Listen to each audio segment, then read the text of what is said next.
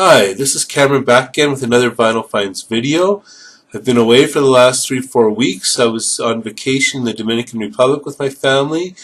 That's where my wife is originally from, and that's where I had lived for 5 years, from 1997 to 2002.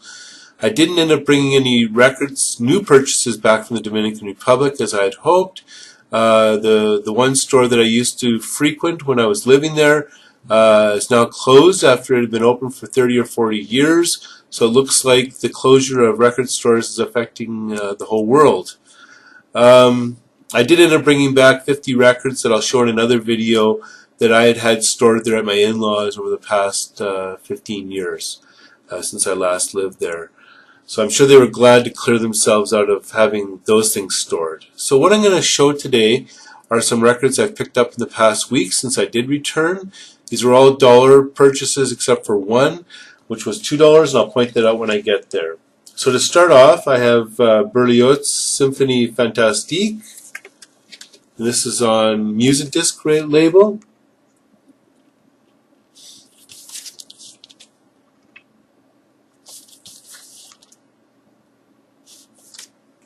Next up is a UK jazz album by Acker Bilk and his Paramount Jazz Band, Mama Told Me So. This is from 1980. I have to say I found it a bit bombastic. It wasn't really my style. I've only listened to one side, and I'll listen to the other side to see if it actually interests me more.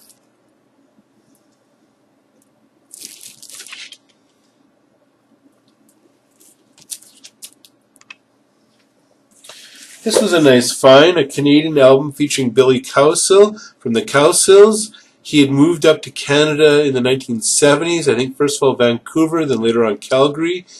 In Calgary, he joined up with an alt-country band, country rock band called Blue Northern, and he features on this 1981 self-titled album.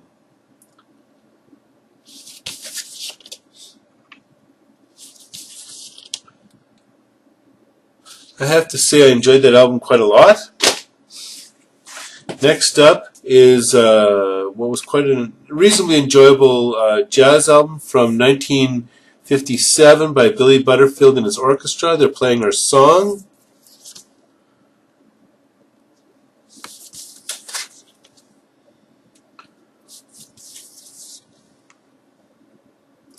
So really I wasn't so crazy about a lot of the instrumentals, but there were two songs that featured his wife Dottie Smith on vocals, It's All Right With Me and My Ideal.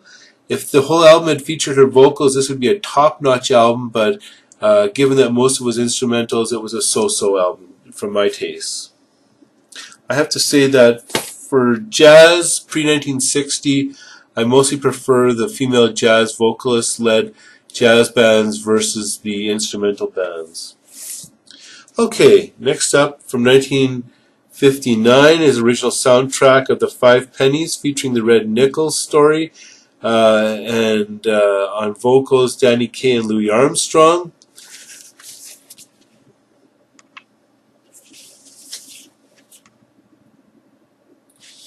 A little dirty in the back. So this album was interesting. I liked the Louie Armstrong vocals. When there was duets, it really grated on me a bit, as I didn't find that their vocals matched very well. There was also some dated comedy routines that didn't interest me particularly much. Next up is a Guy Lombardo and his Royal Canadians album called Dancing Room Only. This is from 1959.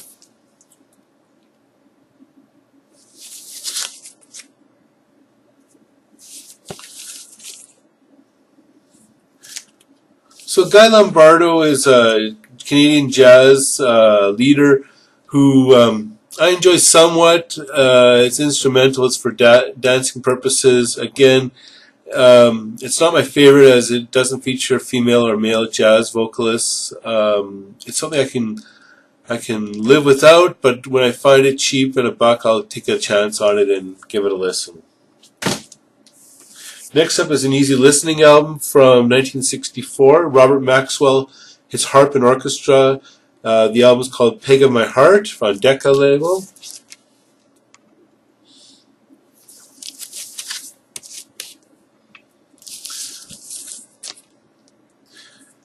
Now I want to say that I've been watching lots of videos lately, and what I've been watching has been influencing my purchase patterns.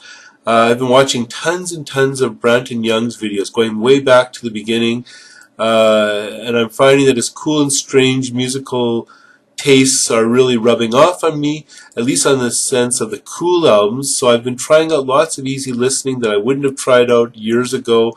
I haven't quite graduated to his strange records. For example, in the pile of dollar albums that were available, there was an old grandmother singing sort of sexy songs, and I know he would have snatched that up, but I wasn't quite ready for that yet. We'll see in the future. Okay, next up is the Melocrino Strings featuring Moods and Music, Music for Dining. This is from the late 50s, early 60s, probably. Featuring George Melocrino, a UK band leader.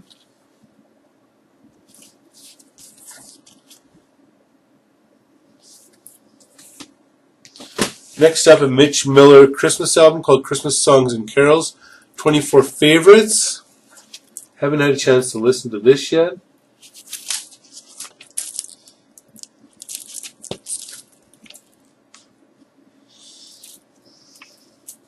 Now this was a great find for me. Dinah Shore Bouquet of Blues from 1956. I was only previously familiar with Dinah Shore from her TV show, which I remember as a kid.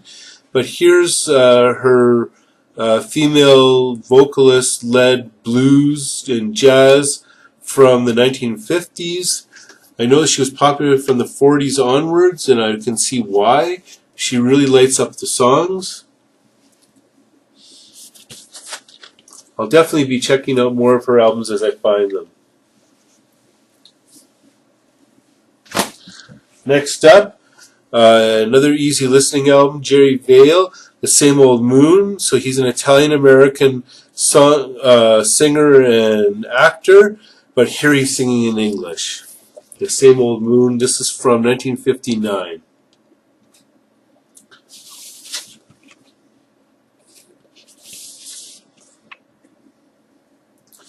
Finally, some blues from Minnesota, Dave Ray, Blues and Holler, Snakers Here.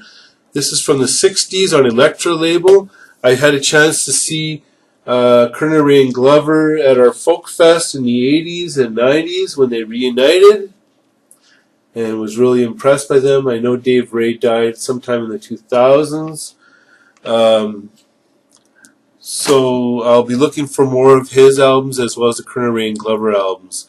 So that's it for today. Please leave your comments at the bottom. I really look forward to getting some feedback. And please subscribe. I'm trying to reach up to 100. I'm about 30 away. So really appreciate if you would subscribe or let others know about this channel. So have a good day and take care. Bye-bye.